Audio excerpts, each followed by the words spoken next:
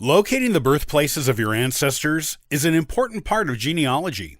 It can open up whole new lines of research to you. Join me today on the Ancestral Findings podcast to learn how to find them.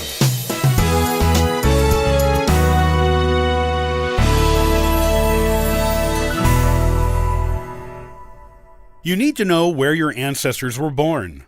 This information lets you know a lot about what their early life must have been like, and gives you a place to start looking for their parents, grandparents, and other generations before them. While it is not always possible to locate the place of birth, every attempt should be made in order to create a more accurate, richer, more detailed, and interesting family history. If you're looking for the birthplace of an ancestor, here are the top places you should try searching.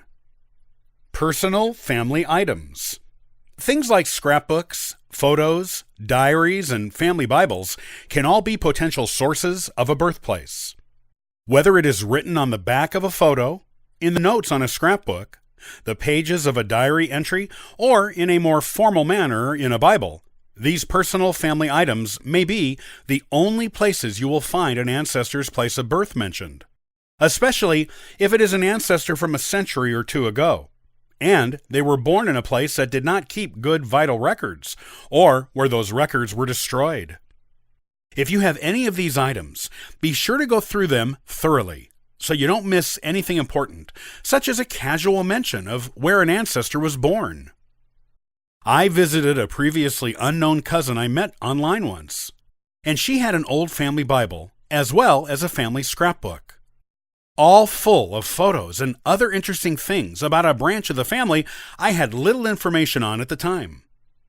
In the upper left corner of the inside cover of the scrapbook, someone wrote in a particularly mysterious ancestor's place of birth.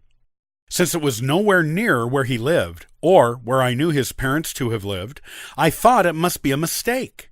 It was only about 4 years later, when I was going through town vital records online, that I came across the birth record for that ancestor, right in the town the scrapbook indicated. It seems his parents lived there briefly just before and after he was born. Always look for verification of anything you find in family items. However, if you can't find verification, the chances of it being right are probably high, especially if it was written by someone with first-hand knowledge. Vital records. Birth, death, and marriage records can be good sources of birthplace information.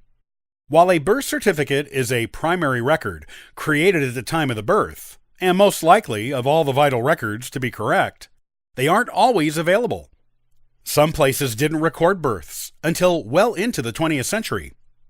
Other places won't release birth records to anyone but the parent and/or the person named in the record until a certain amount of time has passed, usually 75 to 1001 years. If you aren't able to locate a birth certificate, a death record is your next best bet. Modern death certificates usually include the place of birth of the deceased. Some Old Town vital records from the 18th and 19th centuries also list the birthplace on such things. You might be able to get a birthplace off of a marriage record in town vital records too, particularly towns in New England. New England is notorious for being a place for meticulous record-keeping on all vital events going back to the 1600s. Newspapers. Old newspapers are perfect for finding birth announcements. If you don't know where to look for a birth announcement, you can look up an obituary in old newspaper records too.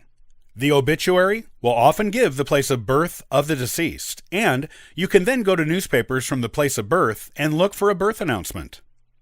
These announcements are still made in newspapers today, so it is something that has been in vogue for a while. You will find birth announcements going back to the 18th century in most American newspapers. Census Records. Beginning with the 1850 U.S. Federal Census, birthplaces were listed for those who were enumerated. Typically, it was just the state or the country, if the person was not born in the United States. However, this can be important information that shows you where else you should be looking if you don't know the birthplace at all. Subsequent census records beginning in 1880 also listed the birth states or nations of the parents of those who were enumerated. This can open up new avenues of research into earlier generations for you. Birthplaces in census records are often incorrect, especially when it pertains to the parents, but it is worth looking into and checking. You never know when you will come across correct census information that will lead you to a birth record elsewhere. Military records. Whether it is the actual record of someone's military service or their pension application or the pension application a family member filed on their behalf, there are ample opportunities for birthplaces to be listed. In fact, birthplaces often had to be proven to obtain a pension, so either a record of the birth or one or more sworn affidavits from people who knew the applicant will be included to give the pension board the proof they needed to grant the request. Because birthplaces are often proven in these records, they are typically trustworthy. Church records. There are reams of compiled church records from around the world held by the Jesus Christ Church of Latter-day Saints, also known as the Mormons. You may find your ancestor's birth or baptism, the next best thing, record, among those records. Just go to your local Latter-day Saints Family History Center, look up your ancestor's name in their index, and order any microfilm where you see their name included. The microfilm will be sent to your local center for you to view. You can also find church records in compiled books on websites like Ancestry.com and at the actual churches themselves. Quakers were particularly good at recording vital records within the church, and there are many books of Quaker church records available.